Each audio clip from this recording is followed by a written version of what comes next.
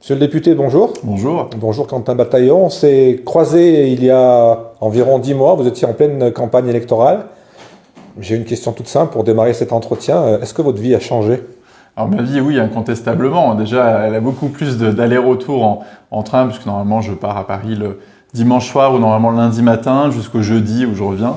Et oui, c'est une semaine coupée en deux, à la fois la partie parisienne entre guillemets à l'Assemblée nationale pour porter les sujets de la circonscription, et puis l'autre semaine qui débute à partir du jeudi soir ou du vendredi sur le terrain avec l'ensemble des associations, des élus, des chefs d'entreprise et de tous les particuliers qui veulent me rencontrer ici ou dans les permanences que je peux faire dans les autres mairies des autres communes que Saint-Étienne. Alors, je suis pas un novice dans les interrogations avec les députés ou les sénateurs ou les politiques, mais j'ai une question qui me taraude un peu, c'est quand je vous vois tous, vous êtes tout le temps sur le terrain, tout le temps à l'Assemblée.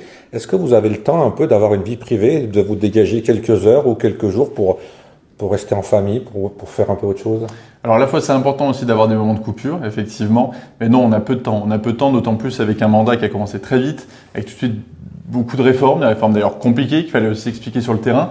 Et puis c'est un engagement de campagne. Vous vous rappelez, je vous l'avais dit d'ailleurs, le fait d'être un député de proximité, un député de terrain. Et je suis resté, on va dire, dans la même lancée, dans la même énergie, le même temps que j'avais pour ma campagne. Donc finalement ça continue comme ceci, avec voilà, un petit peu de temps libre, souvent le dimanche soir lorsque je reprends le train. Voilà. Mais je le fais avec plaisir, par passion, et c'est ainsi que je vois en tout cas Est-ce que ça correspond à l'idée que vous en aviez? Vous aviez un peu l'expérience, mais est-ce que c'est l'idée que vous étiez fait du rôle du député? Je pense que ce qui est très nouveau, c'est que depuis mon élection déjà, c'est ce sentiment, tous les matins, en tout cas à chaque fois que je débute mes activités, la peur de décevoir et l'enjeu d'être utile. Voilà, c'est quelque chose qui n'était pas absent dans mes précédentes missions, mais qui est d'autant plus fort, parce que là, je suis vraiment en direct, en contact avec les gens. C'est quelque chose qui ne va pas, ou si je promets quelque chose que je ne peux pas faire derrière, c'est moi directement qui viendront voir, et non plus mon patron en politique, et non plus un autre élu. Donc oui, ça change la chose. Il y a de l'exposition, déjà, et puis voilà, ce souci en permanence de ne pas décevoir et d'être utile. Alors, on va mélanger le national et le local. Et la question qui vient, elle est reliée aux deux, parce qu'il y a quelques jours, ou peut-être même pas quelques semaines, les manifestations, votre permanence a été attaquée, je ne sais pas si c'est le mot qu'on peut employer. Comment vous avez vécu ça et comment vous l'expliquez? On est dans une démocratie, normalement on est là pour se battre avec les mots, mais pas avec des actes violents. Oui, absolument. Et du côté des mots, il y a les syndicats que j'ai pu rencontrer à plusieurs reprises, qui ont pu venir aussi me voir pour la CGT à Saint-Prix-en-Jarret, juste avant une réunion que j'organisais autour de la vie associative, les autres syndicats, Sudrail, CFDT, que j'ai pu également rencontrer. Donc là, effectivement, c'est les mots, c'est le dialogue, même si on sait qu'on ne sera pas d'accord, c'est important que le fil du dialogue soit toujours tendu, ouvert. Après, effectivement, le sujet des casseurs, c'est autre chose. Voilà, c'est le plaisir, effectivement, de casser, le plaisir de blesser, le plaisir parfois d'aller plus loin que blesser. Mais vous savez, au-delà de ma personne, au-delà du sujet de ma permanence, moi, ceux pour qui j'ai le plus de peine, c'est les commerçants qui arrivent le matin et qui découvrent leurs vitres cassées. C'est les agents municipaux qui plusieurs fois par semaine, doivent enlever les poubelles brûlées, qui doivent nettoyer les rues. Et puis c'est les passants, c'est aussi les habitants qui parfois ont juste peur de descendre chez eux, pour ceux qui habitent dans l'hyper-centre-ville, peur de descendre de chez eux parce qu'ils voient de la violence juste en bas de leur fenêtre. Voilà. Donc c'est plutôt à eux que je pense, puisque moi, on va dire que je pouvais anticiper cette violence qui n'est pas nouvelle. Cette violence, elle n'est pas un peu contre-productive dans leur discours justement à l'opposition? Si, clairement. Tout ce qui est excessif et insignifiant, je pense qu'effectivement, ça va pas du tout dans le sens de leur cause, clairement. Donc on va revenir sur cette réforme des retraites. Est-ce que le souci vient pas aussi qu'on l'a mal expliqué, comme souvent en politique, où les gens ont mal compris? Quel est finalement ce fait qu'aujourd'hui tout le monde est contre Emmanuel Macron et on se rend compte que finalement les retraites c'est un peu un prétexte? Oui, effectivement, vous avez tout à fait raison sur l'ensemble des points que vous venez de donner. Premier point, effectivement, c'est une réforme qui est extrêmement compliquée à expliquer parce qu'en fait, il y a autant de systèmes de retraite finalement que de retraités ou de futurs retraités, puisque on a tous des carrières de moins en moins linéaires, on a tous un calcul de droit qui n'est pas simple, qui est très personnel, très individuel. Et donc, c'est difficile d'expliquer à quelqu'un exactement pour combien et à quel âge il partira à la retraite, même s'il y a de grandes règles. Ensuite, oui, on aurait sûrement pu faire mieux en termes de pédagogie, on aurait peut-être pu prendre encore plus de temps. Mais on sait par la définition que la réforme des retraites est l'une des réformes historiquement les plus impopulaires. Les précédentes l'étaient également et celle-ci. Celle-ci, et je le vois bien sur le terrain, je sens et je la vis la colère. Et je peux la comprendre, la colère des jeunes bien sûr à qui on laisse une planète dans un état catastrophique. Et puis au-delà des retraites, il y a le sujet du travail au sens large. Le travail qui n'est pas assez rémunéré en France. Et puis aussi le rapport au travail qui a évolué, notamment après le Covid. J'ai passé un certain temps dans l'agence de Pôle emploi à Saint-Étienne et j'ai pu voir à quel point la façon dont notamment les jeunes voient l'accès au travail a changé. Ils veulent aujourd'hui une entreprise qui pollue pas, qui soit responsable aussi à la fois pour l'environnement mais aussi dans la société. Oui, mais il y a toute une évolution qui doit aussi être prise en compte et au niveau des salaires aussi. D'ailleurs, vous savez, je faisais partie des quelques parlementaires de la majorité qui avaient voté la taxe sur les superdividendes parce que je pense qu'il y a une question aussi de répartition de la richesse, d'autant plus aujourd'hui ici sur une terre ouvrière. J'ai envie de vous dire, on se trompe un peu parce que le combat il est mondial, la planète c'est le monde entier. Et si nous on se bat sur l'environnement, sur les salaires, c'est pas les mêmes conditions à l'autre bout du monde ou même en Europe. Donc là il y a aussi un souci. Oui, le combat effectivement il est aussi européen. Il est biaisé, j'allais dire le combat. Non, je pense pas qu'il est biaisé. Je pense qu'il y a un quand combat. on fait venir une entreprise slovaque pour monter un chapiteau à Saint-Étienne, qui est moins cher, forcément, on va pas pouvoir tirer les salaires vers le haut. Ça, c'est justement l'intérêt des règles de travailleurs détachés au niveau européen.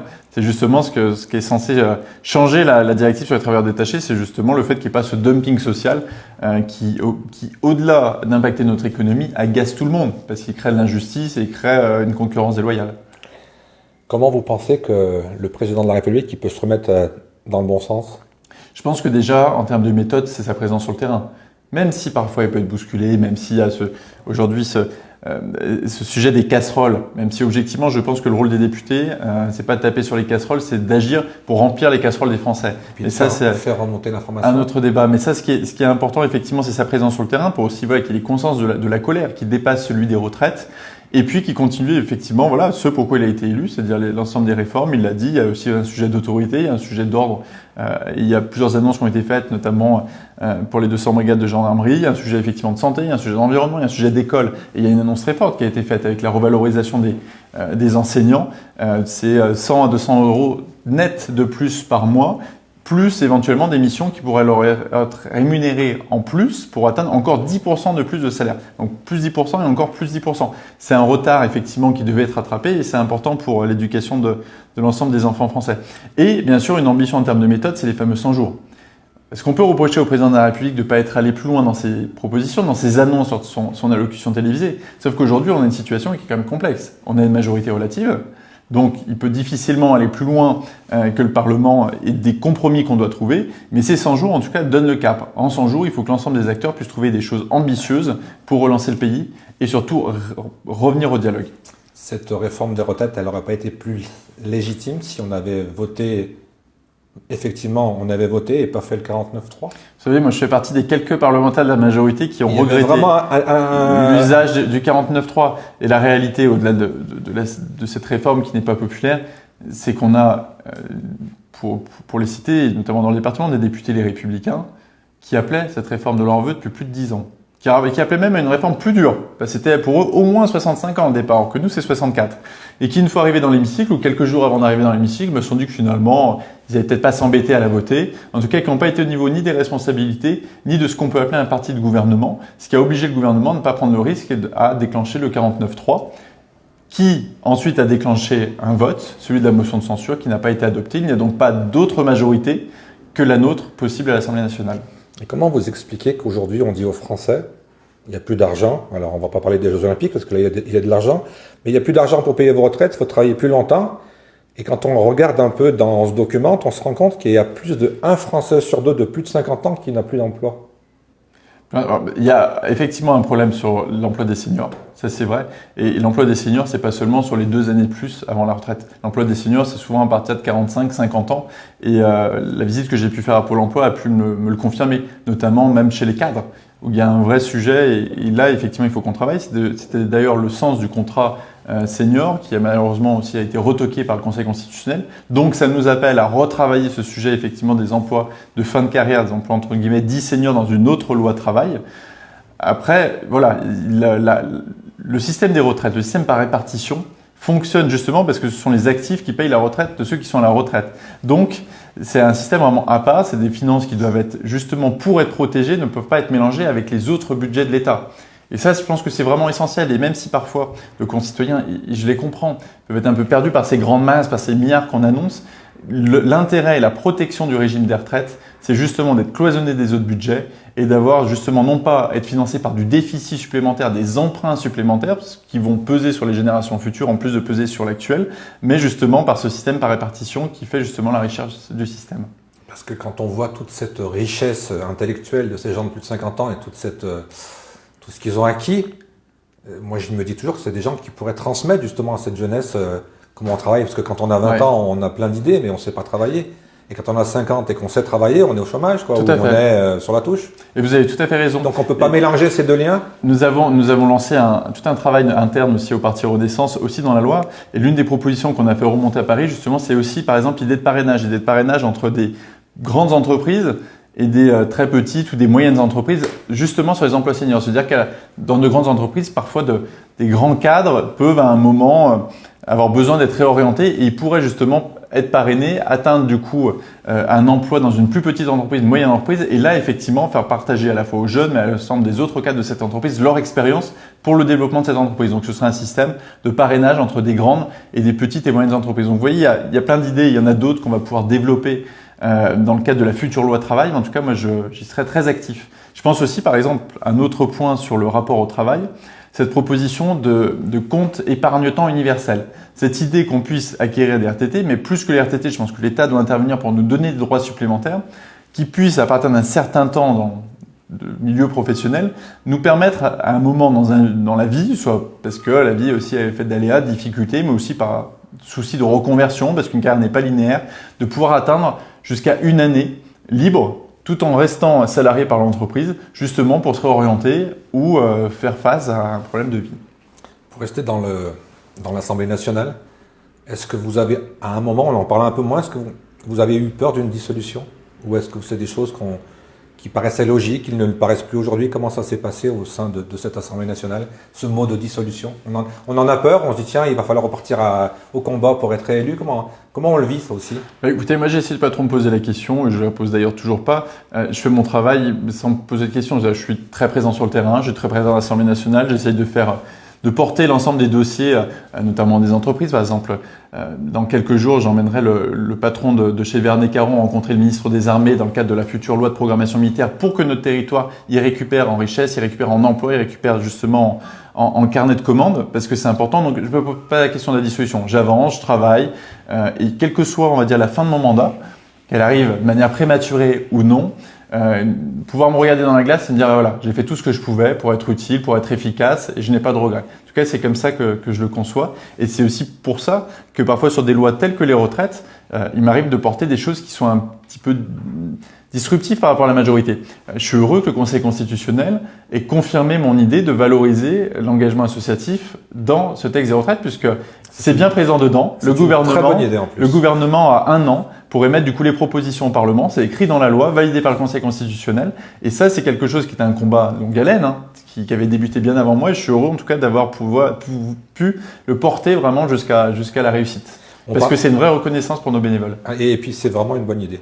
On parle de dissolution, on a évoqué le sujet. On parle aussi d'un remaniement. Est-ce que quand on est député, quand on est comme vous, un jeune député ambitieux qui a quand même un parcours, est-ce qu'on essaie de se placer un peu pour les futurs postes s'il y a un remaniement? Vous savez, moi, la seule chose que j'essaie de placer, c'est de mon territoire. Comme je vous l'avais dit, quand la ministre des Sports vient ici, je me débrouille pour qu'elle vienne dans la circonscription rencontrer par exemple tous les bénévoles associatifs, ce qui était une première pour une ministre des Sports.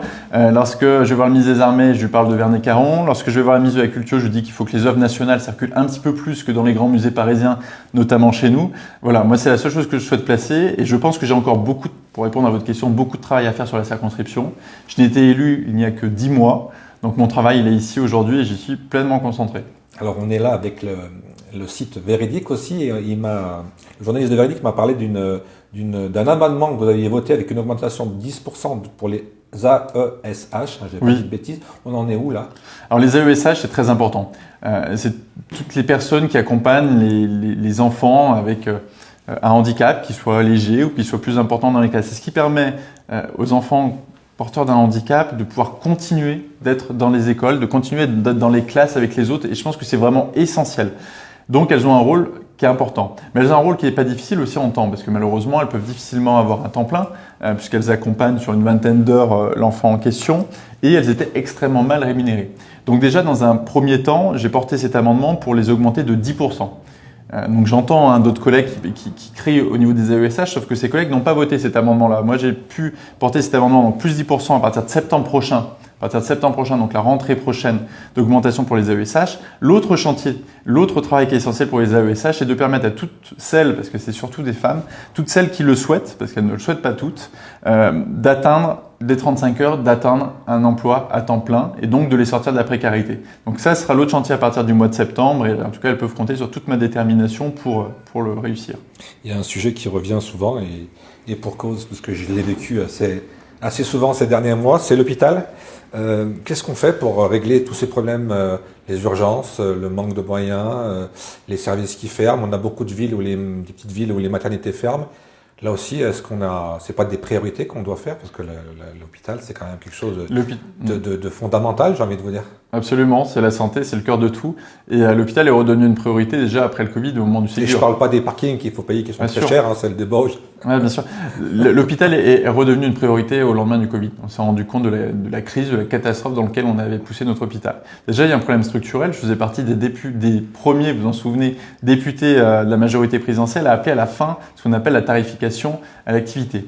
Tarification à l'activité faisait de nos centres hospitaliers, notamment publics, des centres de profit et les désorganisait totalement et faisait qu'ils étaient techniquement pas viables financièrement. Donc ça, je suis heureux que le président de la République ait annoncé la fin de ce fameux AT2A pour lequel je m'étais engagé pendant ma campagne, d'ailleurs contre mon propre camp politique. Donc ça, c'est déjà une évolution structurelle utile. Ensuite, nous avons eu l'occasion de faire venir le ministre de la Santé au CHU de Saint-Étienne. Il a pu voir justement les difficultés. Il a pu voir que le CHU, par contre, était vraiment très novateur et vraiment en avance en termes de régulation, notamment avec le SMUR. Donc, il y a tout un travail effectivement de régulation. Ensuite, vous le dites, il y a un travail vis-à-vis des déserts médicaux. Moi, dans ma circonscription, je vois qu'une ville comme Rochefort. Feur qui est dans l'actualité aussi. Absolument, avec son service des urgences et je soutiens en tout cas de tout cœur pour y être aussi concerné à titre familial, de tout cœur ceux qui essayent de se battre pour faire revenir les urgences à Feur parce que je pense qu'effectivement on leur a pas toujours dit toute la vérité. Mais ça, c'est un autre sujet. Pour revenir à la circonscription, nous avons aussi le sujet des déserts médicaux, effectivement. C'est-à-dire, par exemple, des personnes qui viennent me voir, que ce soit à Roche-la-Molière ou à Saint-Généry, pour prendre que ces deux exemples, et qui n'ont plus de médecin traitant. Ou qui n'ont plus de médecin qui peuvent venir à domicile, alors qu'eux-mêmes ne peuvent plus se déplacer. Ou alors on vous donne un rendez-vous dans un an. C'est ça. Et donc là, pour les spécialistes notamment. Donc là, il y a un vrai enjeu, effectivement, à court terme, sur lequel on travaille pour savoir aussi comment on peut mieux conditionner les installations des jeunes médecins. Je pense qu'il y a aussi un enjeu à ce niveau-là. Je pense qu'il y a une question de responsabilité aussi pour les médecins généralistes. On voit bien que le métier a évolué et c'est légitime. Les médecins aujourd'hui veulent faire moins de garde, les médecins veulent avoir plus de temps libre. Et on peut le comprendre, c'est aussi le sens de la vie. Sauf qu'aujourd'hui, il y a aussi une question de responsabilité vis-à-vis de l'État qui leur a fait confiance par le financement de leurs études et par rapport à leur métier qui est vraiment important. On avait fait le choix de mettre fin au numerus clausus, mais malheureusement, l'ensemble de ces politiques mettent un certain temps à amener des effets. On est dans une époque où, en plein paradoxe, où on a de plus en plus de chômeurs, quand on écoute parler les gens, qui disent même, je l'entends souvent, ces fainéants de chômeurs, et de l'autre côté, vous avez tout un tas de métiers qui ne trouvent pas de main-d'œuvre et qui ne trouvent pas de personnel. Comment on peut rassembler les deux là aussi ? Je pense qu'effectivement, moi en tout cas, je ne ferai jamais partie de ceux qui stigmatisent les chômeurs. Je pense qu'il n'y a pas de plaisir à être au chômage, ça c'est clair. C'est vrai que c'est vachement aisant de vivre avec 400 € par mois. Je vois tellement de commentaires. Oui, tout à fait. Non, je pense qu'il n'y a aucun plaisir, ni socialement, ni financièrement, à être au chômage. Vous avez tout à fait raison sur le fait qu'on a beaucoup de métiers en tension. Mon passage d'ailleurs au Pôle emploi l'a confirmé. On a beaucoup de métiers en tension sur la restauration, l'hôtellerie, sur l'industrie. Je pense notamment aux chaudronniers, je pense à plein d'autres métiers industriels qui est le cœur quand même de notre département.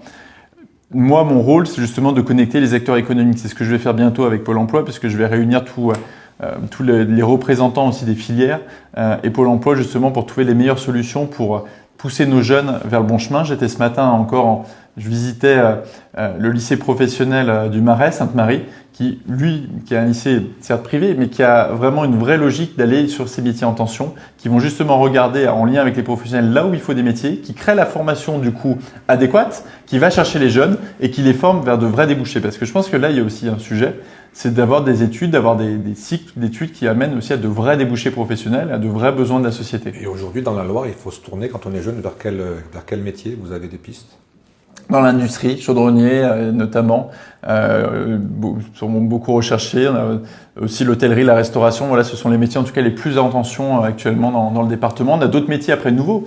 Je pense notamment à la cybersécurité dont nos industries auront de plus en plus besoin. Les métiers de sécurité au sens large, pour l'ensemble des agents de sécurité privés par exemple. Voilà, c'est notamment des formations qui sont proposées dans le bassin stéphanois et qui aujourd'hui cherchent, on le voit d'ailleurs avec les usines parfois, qui ont des affiches parce qu'ils recherchent tel ou tel métier activement. Je ne vous ai pas parlé du tourisme, parce que je me suis rendu compte il y a quelques jours qu'on n'était pas une destination qui était très au top, la Loire. Là aussi, on y travaille? Oui, on y travaille. Je sais qu'il y a tout un travail qui est fait par le conseil départemental en ce sens-là. Je pense que nous avons tous les atouts. Alors malheureusement, notre territoire parfois pâtit d'images négatives, et je pense que ça joue. Mais en tout cas, on a tous les atouts à la fois touristiques. On a un environnement exceptionnel. Je regarde rien que dans ma circonscription, lorsqu'on va à Saint-Genélaire, lorsqu'on va à Saint-Victor-sur-Loire, on a une proposition d'activité naturelle qui est formidable et qui est magique. On a à côté de ça après de grands équipements sportifs, de grands équipements culturels. On a aussi cette cité du design qui fait de notre région le cœur battant du design, avec en plus une galerie nationale d'ici les prochaines années. Donc voilà, nous avons tous les atouts en tout cas pour aussi tous les professionnels, que ce soit de la restauration, que ce soit de l'hôtellerie, peuvent accueillir. Donc c'est aussi notre rôle, je pense, en tant qu'élu, d'être les promoteurs, d'être les ambassadeurs de ce territoire, et c'est aussi le rôle que je me donne lorsque je suis à l'Assemblée nationale. Comment vous expliquez que la plupart des Français ne savent pas où situer la Loire? Est-ce que c'est le mot finalement qui est vague, parce que finalement la Loire c'est un fleuve?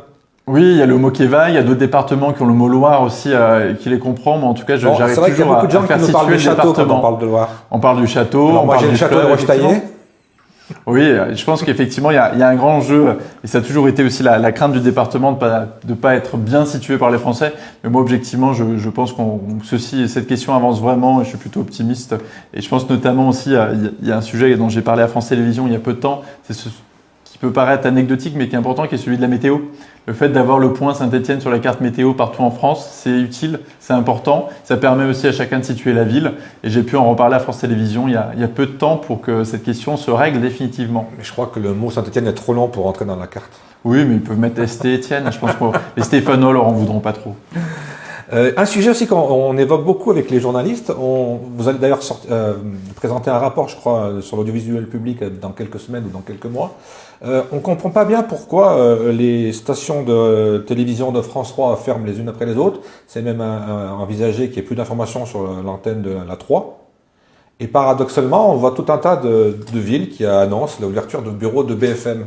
Alors on a l'impression que d'un côté, on ferme le public et on ouvre le privé. Comment on explique ça aussi? Alors effectivement, je suis actuellement rapporteur de la mission sur l'avenir de l'audiovisuel public, qui est une question que je travaille déjà depuis plusieurs années, parce que j'ai eu l'occasion de porter la réforme de l'audiovisuel de 2020 avec le ministre Franck Riester. Le privé fait sa vie, le privé avance celle qui le souhaite, et tant mieux si le privé veut aussi aller sur de l'information locale, ça montre bien que c'est une attente forte de nos concitoyens. Par contre, c'est effectivement essentiel que le travail d'information de l'audiovisuel public qui est de grande qualité, qui est de grande déontologie, puisse justement y trouver toute sa place. Alors moi, j'ai pas ces informations-là. L'important, et en tout cas c'est ce que souhaite France Télévisions, c'est que France 3 gagne encore plus en images d'actualité régionale, d'actualité locale. En tout cas, c'est le souhait de bien spécialiser. Il a annoncé que l'information va disparaître de France 3. Ah non, il y aura toujours de France 3. L'idée, c'est que France 3 soit justement la chaîne de l'information régionale. Oui, la chaîne des locales, mais plus d'informations. Ah si, d'informations locales, et d'informations locales faites aussi en lien avec les bleus, ce qu'on appelle les antennes France Bleu. La fusion entre France Bleu et France 3. Alors il n'y a pas de fusion à ce stade, mais il y a un travail commun, des rédactions qui existent déjà. Il y a déjà, vous savez, par exemple, il y a des matinales qui sont diffusées également de France Bleu, qui sont diffusées sur France 3. Il y a un vrai travail qui est fait. Et je pense que c'est important, l'audiovisuel public, justement, qui est aussi cette connexion entre la radio et la télévision, qui est justement cette information qui soit unifiée. Alors ça ne veut pas dire moins de postes pour autant, ça ne veut pas dire une qualité moindre, mais ça veut dire juste une présence encore plus forte sur le terrain. Et non, je vous rassure, France 3, en tout cas, ne lâchera pas l'information locale, bien au contraire, elle compte la diversifier, elle compte l'amplifier en lien avec France Bleu. C'est l'information nationale qui sera plus sur France 3. Là, je pense qu'effectivement, ça c'est important. Le fait que France 3 fasse le choix de donner une priorité à l'actualité locale, tant mieux, c'est très attendu par nos concitoyens. En plus, c'est ce qui permet de mieux les connecter aussi après derrière à l'actualité nationale. Mais on peut pas avoir une actualité nationale à la fois sur France 2 et France 3 en concurrence en même temps. C'est-à-dire deux chaînes publiques financées par l'argent public qui seraient elles-mêmes en concurrence au même moment. Ça n'a pas de sens. Le sens, effectivement, c'est ce que fait France Télévisions, c'est de donner des spécialités aux chaînes. Donc France 2 pour l'actualité nationale, pour lequel France 2 est totalement reconnu, légitime et puissant, et France 3 pour l'actualité locale, avec des décrochages qui permettent à nos concitoyens de pouvoir suivre à un moment le national sur France 2 et à un moment le local sur France 3. Je vois que je me suis mal exprimé, mais qu'au final, on est d'accord. Absolument. Absolument. Et le rôle de l'audiovisuel public sera d'autant plus fort aujourd'hui avec l'ensemble des menaces qu'on peut avoir avec les partis extrêmes, avec l'ensemble des menaces de désinformation, de fake news qu'on peut avoir parfois émanant d'autres pays. Donc en tout cas, comptez sur moi pour être le premier défenseur de l'audiovisuel public parce que je sais combien ces professionnels sont compétents et utiles à notre démocratie. Pour revenir à la première circonscription de la Loire, après presque un an, quel est votre bilan? Comment vous avez vécu, entre guillemets, encore une fois, cette acclimatisation à la première circonscription? Alors c'est un bilan bien sûr passionnant et exigeant. Ce que je disais tout à l'heure, l'objectif c'est d'être utile, d'être le plus présent, le plus à l'écoute possible, avec une semaine découpée en deux. En tout cas, le sens commun, la ligne commune de mon mandat, c'est effectivement d'être un député de terrain. Un député de terrain, bien sûr, ici, en étant très présent avec les associations, avec les collectivités, en étant le premier accompagnateur avec l'ensemble aussi des particuliers. Mais un député de terrain aussi lorsque j'arrive à l'Assemblée nationale. Parce que lorsque j'arrive à l'Assemblée nationale, je porte le même message que je porte ici. Au contraire, c'est vraiment les aspirations des citoyens de la circonscription que je porte à l'Assemblée nationale. Lorsque je vois la ministre de la Culture, comme je disais tout à l'heure, je lui parle de la circonscription. Lorsque je vois la ministre des Sports, je lui dis de venir voir mes dirigeants associatifs locaux. Lorsque je vais voir le ministre des Armées, je lui parle des entreprises d'armement de notre circonscription. Donc voilà, en tout cas, c'est ça que je porte à Paris, c'est ça que je porte à l'Assemblée nationale, c'est les souhaits de notre circonscription. C'est faire avancer les grands dossiers. Je pense par exemple aussi aux dossiers de nos communes. On a, pour en citer qu'un Villars, quelque chose d'assez exceptionnel. Cet écoquartier qu'on va appeler l'espace Bonnier, qui est novateur sur l'ensemble des politiques publiques d'aménagement du territoire et de revitalisation, de reverdurisation des centres-villes. Ça, c'est un projet qui est exemplaire au niveau national. Et c'est le projet que je porte notamment auprès du ministre Béchu et que je porte auprès du président de la République pour qu'il soit retenu, pour qu'il soit aidé au niveau local comme au niveau national. Et ça, c'est du concret parce que ça change la vie des gens. Et pour le marché de Terre-Noire, vous avez des infos? Alors le marché de Terre-Noire, effectivement, j'ai fait le choix de m'y engager très fortement, déjà parce que Terre-Noire est un quartier qui me tient vraiment à cœur, qui a compté aussi dans ma campagne, dans lequel je passe beaucoup de temps. J'étais sur le marché de Terre-Noire le mercredi, j'y retourne le samedi pour être au contact, bien sûr, d'ensemble des clients, en tout cas des habitants de Terre-Noire qui aiment ce marché qui est vraiment le cœur de Terre-Noire, au contact aussi des commerçants pour comprendre aussi les différents projets. Et les commerçants sont très clairs, beaucoup d'entre eux n'auront pas la capacité de suivre sur un marché extérieur. Et on sait très bien ce qui se passe. Lorsqu'on perd 2, 3, 4 commerçants, petit à petit, ça se délite. Et donc, il y a un risque de perte de marché. Et j'entends aussi les personnes âgées en termes de sécurité. Oui, absolument. Et j'entends les personnes âgées aussi en termes de sécurité, en termes de météo. C'est le dernier marché couvert de Saint-Étienne. C'est essentiel, c'est l'histoire de Terre-Noire. Donc, les habitants du quartier de Terre-Noire et alentour, parce qu'il y a aussi beaucoup de Saint-Jean-d'Air, d'habitants de Saint-Jean-Bonnefond qui y vont 2 fois par semaine, peuvent compter sur moi. J'y serai encore à nouveau demain pour les défendre et les soutenir très fortement. Je suis en contact, bien sûr, avec la municipalité, qui a un travail qui est pas facile, d'optimisation des bâtiments, qui a un travail aussi financier, qui est pas simple et que je comprends, qui va lancer un travail de concertation, qui va recevoir l'ensemble des commerçants et je les félicite de cette démarche. Et ensuite, une décision sera prise. Mais moi, ma position est claire, appuyée et j'ai pu le dire à plusieurs reprises. C'est quel délai cette décision à peu près? Je sais pas, je sais que la concertation doit avoir lieu la semaine prochaine. Très bien. Quand vous rencontrez les Stéphanois, est-ce qu'ils vous posent des questions ou ils vous demandent des informations sur la, je ne vais pas dire allez, le mot aussi, la sextape? Est-ce qu'ils vous parlent de l'affaire Perdriau-Artigue? S'ils m'en parlent, c'est pour me dire qu'ils en ont ras-le-bol qu'on en parle. Voilà, vraiment. Je pense qu'il y a un ras-le-bol général des Stéphanois et des Stéphanois sur le sujet. Je pense que on a sur notre territoire quelque chose qui est très particulier. Au-delà de la solidarité, c'est cette fierté.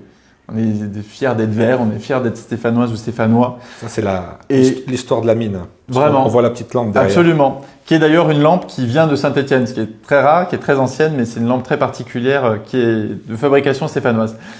Ce qui est important, effectivement, c'est le sentiment de fierté. Et lorsqu'ils voient l'image de leur ville à l'extérieur qui est aussi mauvaise, aussi dégradée par des personnes qui agissent mal, forcément, ça les touche. Donc je pense que le premier sentiment, c'est le ras-le-bol.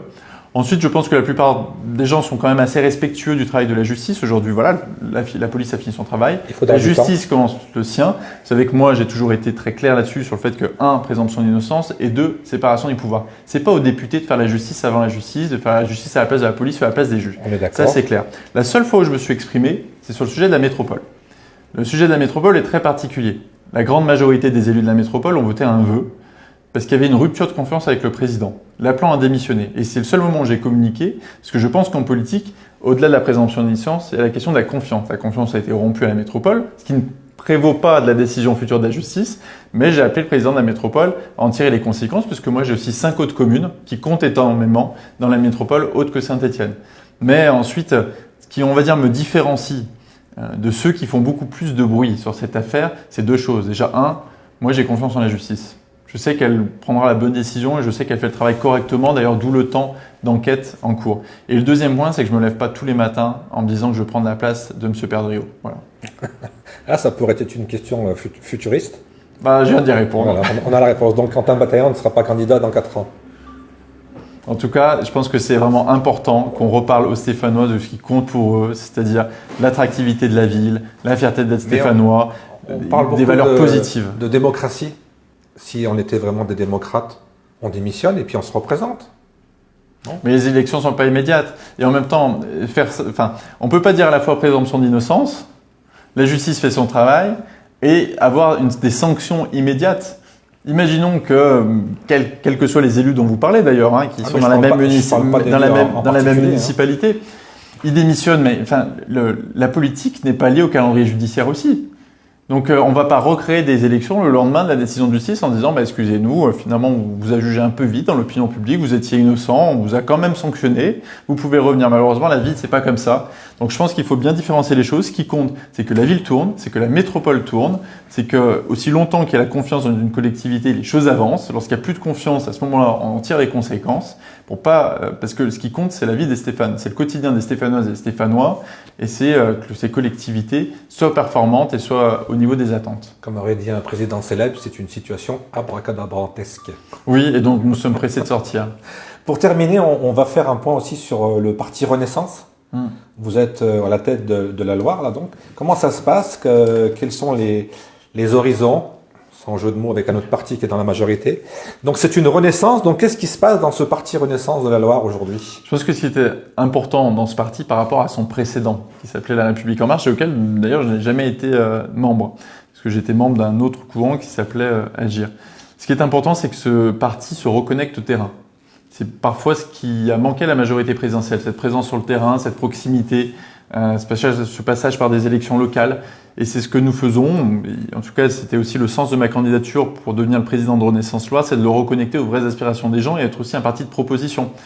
J'ai pu réunir récemment les adhérents ligériens pour parler de la valeur travail, du partage de la richesse. Donc on a pu revenir notamment sur mon vote en faveur d'une taxe sur les superdividendes. On a pu revenir justement sur cette idée de compte épargne-temps pour que nous suivent tout au long de notre vie un système un peu de RTT pour pouvoir se libérer un moment professionnel, soit à titre personnel, soit à titre professionnel pour une reconversion.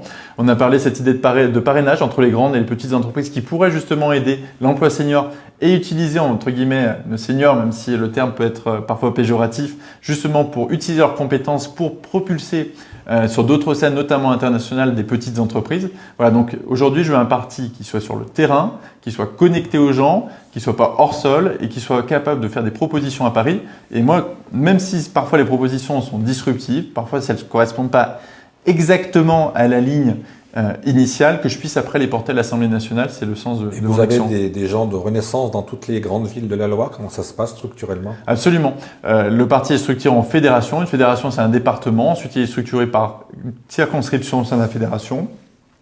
Un président de fédération. Ensuite, un bureau qui coordonne l'ensemble des actions sur le département avec notamment un trésorier, un secrétaire général. Et puis après, un délégué par circonscription pour mettre en place toutes les actions militantes en lien avec les jeunes avec Macron qui sont la jeunesse liée à notre parti. Et les JAM, absolument, qui sont extrêmement dynamiques sur le territoire.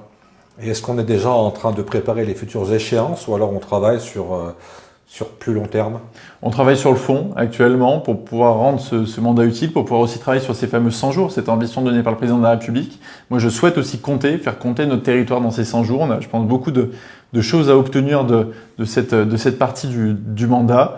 Et ensuite, oui, bien sûr, il y aura des préparations de candidats, des préparations d'élections, puisque un parti existe aussi à travers les élections. Je crois que les prochaines échéances, c'est les européennes. Les européennes, absolument, qui a un scrutin important, qui m'est cher. Ayant travaillé pendant 5 ans au Parlement européen, je serai très actif dans la campagne pour expliquer et rappeler à nos concitoyens l'importance de faire partie de l'Union européenne. Et comme on l'a dit, les élections municipales, c'est dans 4 ans.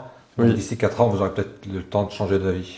D'ici 4 ans, j'aurai surtout le temps d'être utile aux Stéphanoises, aux Stéphanois et à l'ensemble des autres habitants de ma circonscription. Quentin Bataillon, merci beaucoup. Merci beaucoup à vous, On Gilles. se revoit dans quelques mois peut-être. Si Avec vous grand voulez plaisir. bien. Et puis nous, on se retrouve pour un autre interview dans quelques jours ou dans quelques semaines. Merci beaucoup. Merci beaucoup. Si, moi j'avais